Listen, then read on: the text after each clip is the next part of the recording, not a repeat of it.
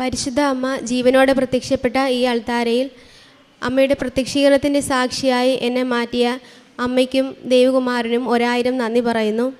എൻ്റെ പേര് പ്രിയങ്ക. ഞാൻ കൊല്ലത്ത് നിന്ന് വരുന്നു. ഞാൻ 2024 സെപ്റ്റംബർ 9-ാം തീയതിയാണ് ആദ്യമായി ഉടമ്പടി എടുക്കുന്നത്. എനിക്ക് 1 വർഷമായിട്ട് ആമവാദം ഉണ്ടായിരുന്നു. അതിനു മുമ്പ് തന്നെ അതിൻ്റെ അസ്വസ്ഥതകളുണ്ടെങ്കിലും 2023 ഡിസംബറിലാണ് ആമവാദമാണെന്ന് സ്ഥിരീകരിക്കുന്നത്. 2024 ഡിസംബർ ഞാൻ ആദ്യമായിട്ട് ഉടമ്പടി പുതുക്കി.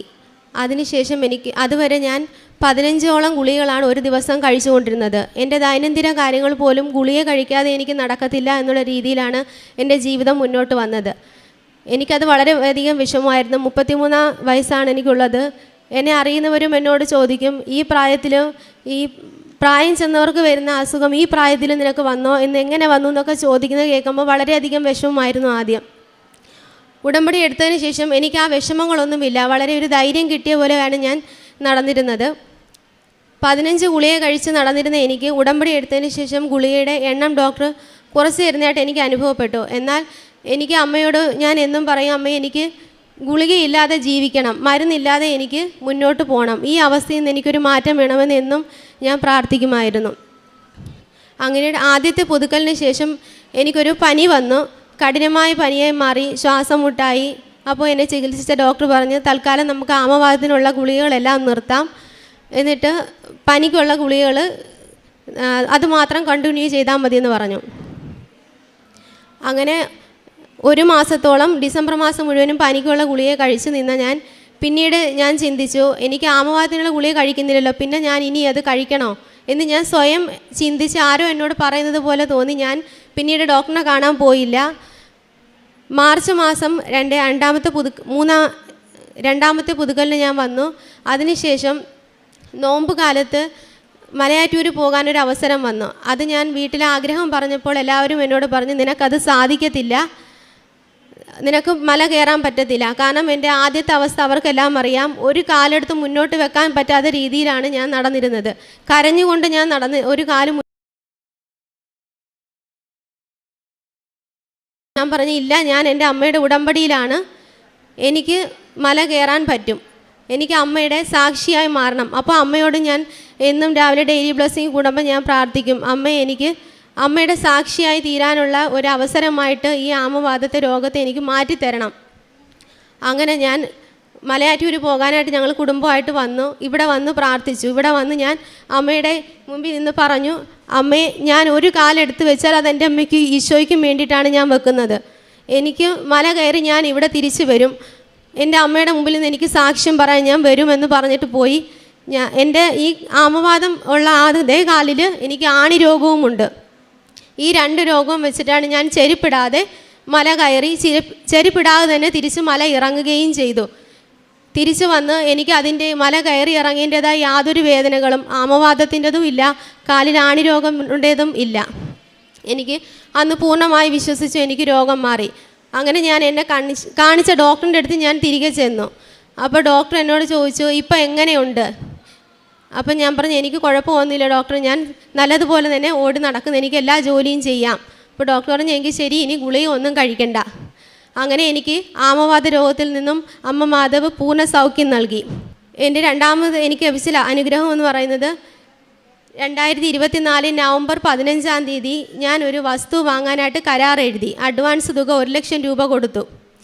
പിന്നീട് എനിക്ക് ആ വസ്തു വാങ്ങിയാൽ വളരെയധികം ദോഷം വരും എന്നൊരു ഇത് വന്നു. അതായത് ആ സ്ഥലത്ത് എനിക്ക് താമസിക്കാൻ പറ്റത്തില്ല എന്നൊരു മാനസികമായി ഞാൻ മനസ്സിലാക്കിയ ആ ഒരു സാഹചര്യത്തിൽ ആ വസ്തു വാങ്ങണ്ട എന്ന് തീരുമാനിച്ചു. അവരോട് ഞാൻ തിരിച്ചു ചെന്ന് എനിക്ക് വസ്തു വേണ്ട എന്ന് പറഞ്ഞപ്പോൾ അവർ അഡ്വാൻസ് തുക തിരികെ തരാൻ മടി കാണിച്ചു. 2025 മെയ് 15 ആയപ്പോൾ അതിൻ്റെ കരാർ തീർന്നു. അതുവരെയും ഞാൻ ഓരോ ദിവസവും ചെല്ലും, അദ്ദേഹം പറയും തരാം, വെയിറ്റ് എന്ന് പറഞ്ഞ് എന്നെ തിരിച്ചു വിടും. 2025 മെയ് മാസം 15-ാം തീയതി വരെ ഞാൻ രാവിലെ അച്ഛനെ ഡെയിലി ബ്ലെസ്സിങ് കൂടുമ്പോൾ ഉടമ്പടി പത്രവും ആ എഴുതിയ കരാർ രേഖയും ഞാൻ ഒരുമിച്ച് കയ്യിലെടുത്ത് വെച്ച് പ്രാർത്ഥിക്കും. അന്ന് 15-ാം തീയതി രാവിലെ ഞാൻ അമ്മയോട് പറഞ്ഞു, അമ്മേ, ഇനി ഞാൻ ഈ കരാർ എടുക്കത്തില്ല, എൻ്റെ വസ്തുവിൻ്റെ കരാർ ഇതോടുകൂടി ഇവിടെ തീർന്നു, ഇനി നാളത്തെ ദിവസം എനിക്കെടുക്കാൻ എൻ്റെ അമ്മയുടെ ഉടമ്പടി പത്രം മാത്രമേ ഉള്ളൂ, അതിൻ്റെ വിലയിലൂടെ മാത്രമേ ഞാൻ പ്രാർത്ഥിക്കൂ എന്ന് ഞാൻ കരഞ്ഞു പ്രാർത്ഥിച്ചു. അന്നേ ദിവസം മെയ് 13 ചൊവ്വാഴ്ച അച്ഛൻ്റെ ഉടമ്പടി ധ്യാനം എനിക്ക് കൂടാൻ പറ്റിയില്ലായിരുന്നു ഓൺലൈനായിട്ട്. അപ്പം 15 ഞാൻ ആ ധ്യാനം കൂടുന്നത്. ഡെയിലി ബ്ലെസ്സിങ് കഴിഞ്ഞിട്ട് ഞാൻ ധ്യാനം കാണുമായിരുന്നു. ആ പ്രാർത്ഥനയുടെ അവസാനം അച്ഛൻ്റെ പ്രാർത്ഥനയിൽ അച്ഛൻ പറഞ്ഞു, ഉദ്ദേശകാര്യം 72 മണിക്കൂറിനുള്ളിൽ സാധിച്ചു കിട്ടാനെ കുറിച്ച് അച്ഛൻ പ്രാർത്ഥിച്ചു. അപ്പം ഞാൻ പറഞ്ഞു, അമ്മേ ഇത് എനിക്ക് വേണ്ടിയാണ് അച്ഛൻ ഈ പ്രാർത്ഥിച്ചതെന്ന് എനിക്ക് തോന്നുന്നു, അമ്മ എനിക്കായിട്ട് തന്നെ ഇത് വാങ്ങി തരണമേ എന്ന് ഞാൻ അപ്പോൾ കരഞ്ഞു പ്രാർത്ഥിച്ചു. അന്ന് വ്യാഴാഴ്ച ദിവസമായിരുന്നു, 15 രാവിലെ 7:45 ഞാൻ ആ പ്രാർത്ഥന കൂടുന്നത്. ആ പ്രാർത്ഥന കൂടി 52ാമത്തെ മണിക്കൂറിന് അമ്മ എനിക്ക് ആ പൈസ തിരികെ വാങ്ങിച്ചു തന്നു. അതെനിക്ക് വളരെ വലിയ ഒരു അത്ഭുതമായിട്ട് തന്നെ തോന്നി. അമ്മ ഞാൻ എന്നും അമ്മയോട് പ്രാർത്ഥിക്കുമ്പോൾ പറയാം, അമ്മ ഈ പൈസ എനിക്ക് മേടിച്ച് തന്നതായിട്ട് എനിക്ക് സാക്ഷ്യം വരണം, അതിനുള്ള തെളിവോടുകൂടി തരണം. അപ്പോൾ ആ തെളിവോടുകൂടി തന്നെ എനിക്ക് അമ്മ തന്നു. 13 രാവിലെ ചൊവ്വാഴ്ച രാവിലെ ഇവിടെ ധ്യാനം നടക്കുന്ന സമയത്ത് എൻ്റെ വീട്ടിൽ മക്കൾ വന്ന് പറയുന്നു, അമ്മയെ മഴവില്ല് കാണുന്നുവെന്ന് എൻ്റെ ചേച്ചി എന്നെ വിളിച്ച് പറയുന്നു. അങ്ങനെ ചേച്ചി എന്നെ വിളിച്ച് പറഞ്ഞപ്പോൾ മഴവില്ല് അതിനെനിക്ക് അയച്ചു തന്ന വീഡിയോ എൻ്റെ ഫോണിൽ ഇപ്പോഴും കിടപ്പുണ്ട്. അത് മെയ് 13 രാവിലെയാണ്. ആ സ്ഥലമാണ് ഞാൻ വാങ്ങാനായിട്ട് അവിടെ ഉദ്ദേശിച്ചതും. അതിനടുത്താണ് ഈ പൈസ തരാനുള്ള അദ്ദേഹത്തിൻ്റെ വീടും. അപ്പോൾ അമ്മ അവിടെ 13 രാവിലെ വന്നു എന്നുള്ള എനിക്ക് പൂർണ്ണമായ തെളിവുണ്ട്. അമ്മ അത് സാധിച്ചു തരുമെന്ന് എനിക്ക് പൂർണ്ണമായ ഉറപ്പുണ്ട്. ആ പ്രാർത്ഥന ഞാൻ കൂടിയത് 15 അച്ഛൻ അന്ന് പ്രാർത്ഥനയിൽ പറഞ്ഞിരുന്നു, നിങ്ങൾ എന്നാണ് ഈ പ്രാർത്ഥന കൂടുന്നത്, അതിനുശേഷം ആ പ്രാർത്ഥന കൂടിയത് മുതൽ 72 മണിക്കൂർ എന്നാണ് അച്ഛൻ പറഞ്ഞത്. അതിലൂടെ എനിക്ക് വ്യക്തമായ ഒരു ബോധവും കൂടെ അന്ന് മാതാവ് തന്നിരുന്നു. ഡെയിലി ബ്ലെസ്സിങ് തുടങ്ങിയ സമയത്ത് അച്ഛൻ പറയുമായിരുന്നു, ഞാൻ പ്രാർത്ഥിക്കുന്ന സമയത്ത് നിങ്ങൾ ആമേൻ പറയണമെന്ന്. എനിക്ക് ഈ അത്ഭുതം എനിക്ക് മാതാവ് തന്നതിലൂടെ ഞാൻ മനസ്സിലാക്കിയത്, 15 ഞാൻ ഈ പ്രാർത്ഥന കൂടി അന്ന് ഞാൻ ആ പ്രാർത്ഥനയ്ക്ക് ആമേൻ പറഞ്ഞു എന്നതിന് ശേഷമാണ് എനിക്ക് ദൈവം ആ അനുഗ്രഹം എൻ്റെ ജീവിതത്തിലേക്ക് തന്നത്. മാതാവും അച്ഛൻ്റെ പ്രാർത്ഥനയും എനിക്ക് 13 കിട്ടിയിരുന്നു. പക്ഷേ അതിന് ഞാൻ ആമേൻ പറഞ്ഞത് 15 ആ 15 ശേഷം 52ാമത്തെ മണിക്കൂറിലാണ് എനിക്ക് മാതാവ് ഈ അനുഗ്രഹം തന്നത്. എൻ്റെ മൂന്നാമത്തെ എനിക്ക് മാതാവ് തന്ന അനുഗ്രഹം എന്ന് വെച്ചാൽ, ആദ്യത്തെ ഉടമ്പടി ഞാൻ എടുത്തതിന് ശേഷം എനിക്ക് പാവപ്പെട്ടവർക്ക് ആഹാരം വെച്ച് കൊടുക്കണമെന്ന് എനിക്ക് ഭയങ്കര ആഗ്രഹമുണ്ട്. പക്ഷേ എൻ്റെ ജോലി തിരക്കുകൾ കൊണ്ടും എനിക്കത് ചെയ്യാൻ പറ്റുന്നില്ല. അപ്പോൾ ഞാൻ എന്നും അമ്മയോട് വിഷമം പറയും, അമ്മ എനിക്ക് ആർക്കും ആഹാരം വെച്ച് കൊണ്ടു കൊടുക്കാനുള്ള സാഹചര്യം എനിക്കില്ല എന്ന് ഞാൻ വിഷമം പറയും. അങ്ങനെ കഴിഞ്ഞിരുന്ന സമയത്ത് ഒരു ഞായറാഴ്ച ദിവസം ഉച്ചയ്ക്ക് അമ്മയും അപ്പച്ചനും കൂടി എൻ്റെ വീട്ടിൽ ഉച്ചയ്ക്ക് വന്നിട്ട്, മോളെ അല്പം ആഹാരം തരുമോ എന്ന് ചോദിച്ചു. അപ്പം ഞാൻ ചോദിച്ചു, നിങ്ങൾ എവിടെ നിന്ന് വന്നതാന്ന് ചോദിച്ചു. അത് ഞങ്ങൾ ആക്രി പറക്കാനായിട്ട് ഇവിടെ വന്നതാ മോളെ എന്ന് പറഞ്ഞു. അപ്പം ഞാൻ അങ്ങനെ അധികം ആരും പുറത്തുനിന്ന് വരുന്നവർക്ക് നമ്മളങ്ങനെ വീട്ടിലോട്ട് അങ്ങനെ കൊടുക്കാറില്ല ആഹാരമൊന്നും, അങ്ങനെ പൈസ വല്ലതും കൊടുത്ത് വിടത്തേയുള്ളൂ. പക്ഷേ അന്ന് എന്തോ എനിക്ക് ആഹാരം കൊടുക്കാൻ തോന്നി. ഞാൻ അവർക്ക് 2 പേർക്കും ആഹാരം കൊടുത്തു. അവർ കഴിച്ചുകൊണ്ടിരിക്കവെയാണ് ഞാൻ ശ്രദ്ധിക്കുന്നത്, 2 പേരും ധരിച്ചിരിക്കുന്ന വസ്ത്രത്തിന് ചാര നിറമായിരുന്നു. ആ അപ്പനും അമ്മയും ധരിച്ച വസ്ത്രത്തിന് ചാര നിറമായിരുന്നു. അപ്പോൾ ഞാൻ പൂർണ്ണമായിട്ടും വിശ്വസിച്ചു ഇതെൻ്റെ അമ്മ മാതാവും യൗസേപ്പിതാവുമാണെന്ന്. ഞാൻ കൊല്ലം കുരിപ്പുഴ ഇടവകയിൽ നിന്നാണ് വരുന്നത്. അത് യൗസേപ്പിതാവിൻ്റെ പള്ളിയാണ് ഇടവകയിൽ. എനിക്ക് യൗസേപ്പിതാവിനെയും വളരെ അധികം വിശ്വാസമാണ്. അപ്പം അമ്മയും യൗസേപ്പിതാവും കൂടെ ഒരുമിച്ച് എൻ്റെ അടുത്ത് വന്നതാണെന്ന് ഞാൻ പൂർണ്ണമായിട്ട് വിശ്വസിക്കുന്നു. നമ്മൾ എന്താഗ്രഹിച്ചാലും അത് അമ്മ ആ നിമിഷം നമ്മുടെ മുന്നിൽ നമുക്ക് കൊണ്ടുതരുമെന്ന് അന്ന് എനിക്ക് ബോധ്യമായി. ഉടമ്പടി എടുത്ത ഓരോ നിമിഷം മുതലും ഞാൻ എന്ത് ചോദിച്ചാലും എൻ്റെ മുമ്പിൽ അമ്മ അത് വരും എനിക്കൊരു ഉറപ്പായിരുന്നു. അതുപോലെ ഞങ്ങൾ നിരന്തരം, ഞാനും എൻ്റെ മക്കളും ഭർത്താവും എന്നും പ്രാർത്ഥന കഴിഞ്ഞിട്ട് ഉടമ്പടി തൈലം പുരട്ടും. എൻ്റെ അമ്മവാദമുള്ള കാലിൽ ഞാൻ ഉടമ്പടി തൈലം പുരട്ടുകയും ഞങ്ങൾ പാചകം ചെയ്യുന്ന ആഹാരത്തിൽ ഉടമ്പടി ഉപ്പ് ഇട്ടാണ് ഞങ്ങൾ പാചകം ചെയ്തുകൊണ്ടിരുന്നതും. എൻ്റെ മക്കളും എവിടെയെങ്കിലും വീണ് കഴിഞ്ഞാലും എന്തെങ്കിലും സംഭവിച്ചാൽ ഞാൻ പറഞ്ഞില്ലെങ്കിലും അവർ ഓടിപ്പോയി ഉടമ്പടി തൈലം എടുത്ത് പ്രാർത്ഥിക്കുന്നത് ഞാൻ കണ്ടിട്ടുണ്ട്. ഈ ഉടമ്പടിയിലൂടെ എനിക്ക് വളരെയധികം വചനത്തിലൂടെ വളരാൻ കഴിഞ്ഞിട്ടുണ്ട്. ഓരോ നിമിഷവും ഓരോ വചനം പറഞ്ഞാണ് ഞാൻ മുന്നോട്ട് പോകുന്നത്. മക്കളും അതേപോലെ തന്നെ എല്ലാ ദിവസവും ഉറങ്ങുന്നതിന് മുമ്പ് അവർക്ക് ഞാൻ ഓരോ വചനം പറഞ്ഞു കൊടുക്കും. അപ്പോൾ അവർക്കും ഇപ്പോൾ കുറേ വചനം അവർ പഠിച്ചു കഴിഞ്ഞു. അവരെയും ദൈവവിശ്വാസത്തിൽ വളർത്താൻ എനിക്ക് ഈ ഉടമ്പടിയിലൂടെ സാധിക്കുന്നുണ്ട്. എൻ്റെ ജീവിതത്തിലെ ഓരോ നിമിഷവും എന്നെ നടത്തുന്ന പരിശുദ്ധ അമ്മയ്ക്കും ദേവകുമാരനും 1000 നന്ദി ഞാൻ പറയുന്നു. സങ്കീർത്തനങ്ങൾ 71:16. ദൈവമായ കർത്താവിൻ്റെ ശക്തമായ പ്രവൃത്തികളുടെ സാക്ഷ്യമായി ഞാൻ വരും. ഞാൻ അങ്ങയുടെ മാത്രം നീതിയെ പ്രകീർത്തിക്കും. പ്രിയങ്ക എന്ന ഈ മകൾ ഉടമ്പടി ജീവിതത്തിൽ ലഭിച്ച 2 വലിയ അനുഭവങ്ങളെ അമ്മയുടെ തിരുസന്നിധിയിൽ സാക്ഷ്യപ്പെടുത്തുന്നു. ആദ്യത്തെ മകൾ സൂചിപ്പിച്ചത് തൻ്റെ ആമവാദം പൂർണ്ണമായി സൗഖ്യപ്പെട്ടതാണ്. ഏറെ ക്ലേശമുള്ള ഒരു രോഗാവസ്ഥയാണ്. ഏറെ ചലനശേഷി വളരെ കുറയുന്ന ഒരു രോഗാവസ്ഥയാണ്.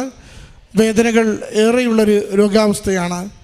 അത് സഹോദരി പറയുന്നുണ്ട്. ഉടമ്പടി എടുത്ത് ഉടമ്പടി നേർച്ച വസ്തുക്കൾ, ഉടമ്പടി തൈലവും ഉടമ്പടി ഉപ്പും സ്ഥിരതയോടെ ഉപയോഗിക്കുകയും അമ്മ മാതാവിനോട് മരുന്നുകളൊക്കെ പൂർണ്ണമായി ഉപേക്ഷിച്ച് അമ്മയുടെ കൃപയാൽ നല്ല സൗഖ്യം നൽകി സഹായിക്കണമെന്ന് ആവർത്തിച്ച് പ്രാർത്ഥിക്കുകയും അമ്മയിൽ ശരണപ്പെടുകയും ചെയ്തതിലൂടെ അതിൻ്റെ എല്ലാ തീവ്രതകളിൽ നിന്ന് പതിയെ പതിയെ കുറഞ്ഞു വരികയും ഇപ്പോൾ പൂർണ്ണ സൗഖ്യം നൽകി മകളെ സഹായിച്ചതിന് അമ്മ മാതാവിന് മകൾ നന്ദി പറയുന്നു.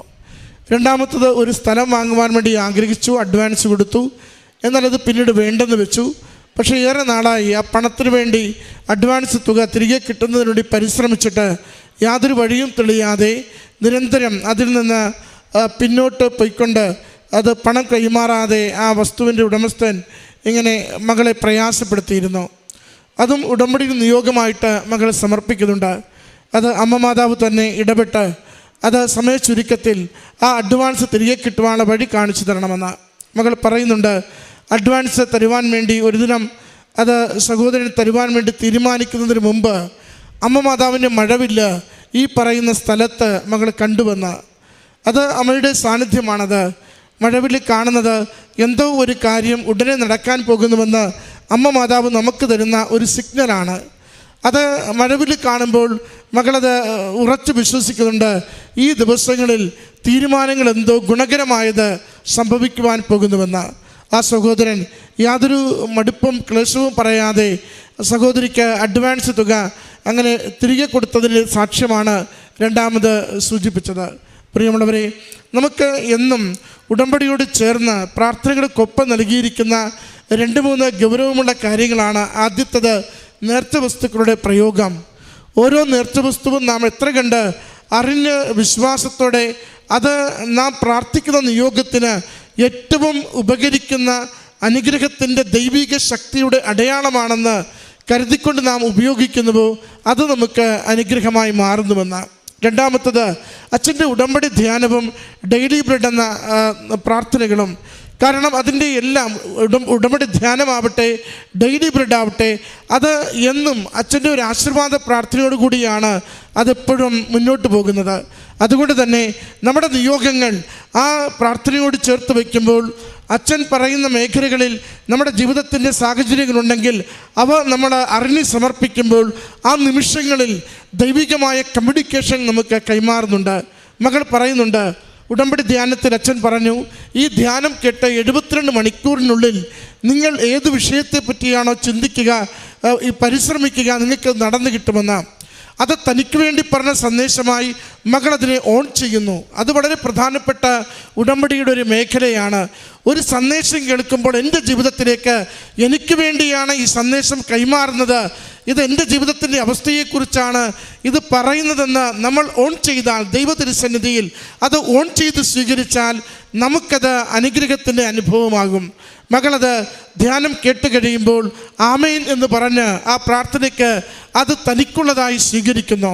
മകൾ പറയുന്നുണ്ട്, 52ാമത്തെ മണിക്കൂറിൽ തൻ്റെ കരങ്ങളിൽ ഏറെ നാളായി പുറകെ നടന്ന് ചോദിച്ചിട്ട് കിട്ടാതിരുന്ന അഡ്വാൻസ് തുക കരങ്ങളിൽ കിട്ടിയെന്ന്. ഇതാണ് അമ്മയുടെ ഇടപെടലിലൂടെ ഈ തുക എങ്ങനെ കിട്ടി എന്നതിൻ്റെ അടയാളങ്ങൾ. ഇത് രണ്ടുമാണ്. ഒന്ന്, ഉടമ്പടി ധ്യാനത്തിൽ 72 മണിക്കൂറിനുള്ളിൽ ലഭിക്കുമെന്ന് പറഞ്ഞത് 52ാമത്തെ മണിക്കൂറിൽ മകളുടെ കരങ്ങളിലെത്തുന്നു.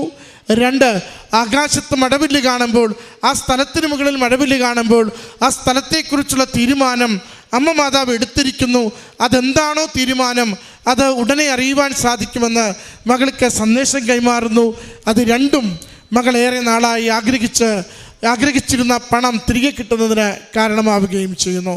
അതുകൊണ്ട് നമുക്ക് നേർച്ച വസ്തുക്കളുടെ പ്രയോഗം, ഉടമ്പടി ധ്യാനത്തിലും ഡെയിലി ബ്രെഡിലും അച്ഛൻ്റെ പ്രാർത്ഥനയോടൊപ്പം ചേരുമ്പോൾ ആ പ്രാർത്ഥനകളിൽ നമ്മുടെ ജീവിത അവസ്ഥകളെ സമർപ്പിച്ചുകൊണ്ട് അച്ഛൻ പ്രാർത്ഥിക്കുമ്പോൾ ആ പ്രാർത്ഥന എനിക്ക് അനുഗ്രഹമാകുമെന്നും എൻ്റെ മേഖലകൾ സമർപ്പിക്കുമ്പോൾ അതെൻ്റെ ജീവിതത്തിലേക്കുള്ള സന്ദേശവും അമ്മ മാതാവിൻ്റെ ഇടപെടലിൻ്റെ അടയാളവുമാണെന്ന് നാം തിരിച്ചറിഞ്ഞുകൊണ്ട് വിശ്വസിക്കുമ്പോൾ നമുക്കത് അനുഗ്രഹത്തിന് കാരണമാകും. മറ്റൊന്ന് കാരുണ്യ പ്രവൃത്തികളും പ്രേക്ഷിത പ്രവർത്തനങ്ങളുമാണ്. കാരുണ്യ പ്രവൃത്തികളിലൂടെ സഹോദരങ്ങളുടെ ജീവിതങ്ങളുടെ കണ്ണീരൊപ്പുവാൻ നമ്മൾ കരുത്തുള്ളവരാകുന്നു. പ്രേക്ഷിത പ്രവർത്തനങ്ങളിലൂടെ ഏതു സാഹചര്യത്തിലും നമ്മളെ സ്വീകരിക്കുന്നവരോ തിരസ്കരിക്കുന്നവരോ ആകട്ടെ, ഏതു സാഹചര്യത്തിലും ദൈവനാമത്തെ മഹത്വപ്പെടുത്തുവാൻ നമ്മൾ സന്നദ്ധതയുള്ളവരാകുന്നു. അതുകൊണ്ടാണ് ഉടമ്പടിയുടെ നിയോഗങ്ങൾ ഉടമ്പടിയിൽ ജീവിക്കുന്നവർക്ക് വേഗത്തിൽ അനുഭവമായി കൈമാറപ്പെടുന്നത്. അതുകൊണ്ട് ഉടമ്പടി നമുക്ക് വിശ്വസ്തയോടെ ജീവിക്കാം. അനുഗ്രഹം നമുക്കരികിൽ അമ്മ മാതാവ് എപ്പോഴും ഒരുക്കി നൽകുന്നുണ്ട്. ഈ മകൾക്ക് ലഭിച്ച എല്ലാ അനുഭവങ്ങൾക്കും അമ്മ മാതാവിനും തിരുക്കുമാരനും നന്ദി പറഞ്ഞുകൊണ്ട് കരങ്ങളടിച്ച് ഈ സാക്ഷ്യം സമർപ്പിക്കാം. അത്യപൂർവ ദൈവാനുഭവങ്ങൾ ഇനി നിങ്ങൾക്കും സ്വന്തം. ഈ യൂട്യൂബ് ചാനൽ ഇതുവരെ സബ്സ്ക്രൈബ് ചെയ്തിട്ടില്ലെങ്കിൽ ഇപ്പോൾ തന്നെ സബ്സ്ക്രൈബ് ചെയ്യുക. ഈ വീഡിയോ ഇപ്പോൾ തന്നെ നിങ്ങളുടെ സുഹൃത്തുക്കൾക്ക് ഷെയർ ചെയ്തുകൊണ്ട് കർത്താവിൻ്റെ പ്രേക്ഷിതരാകുക.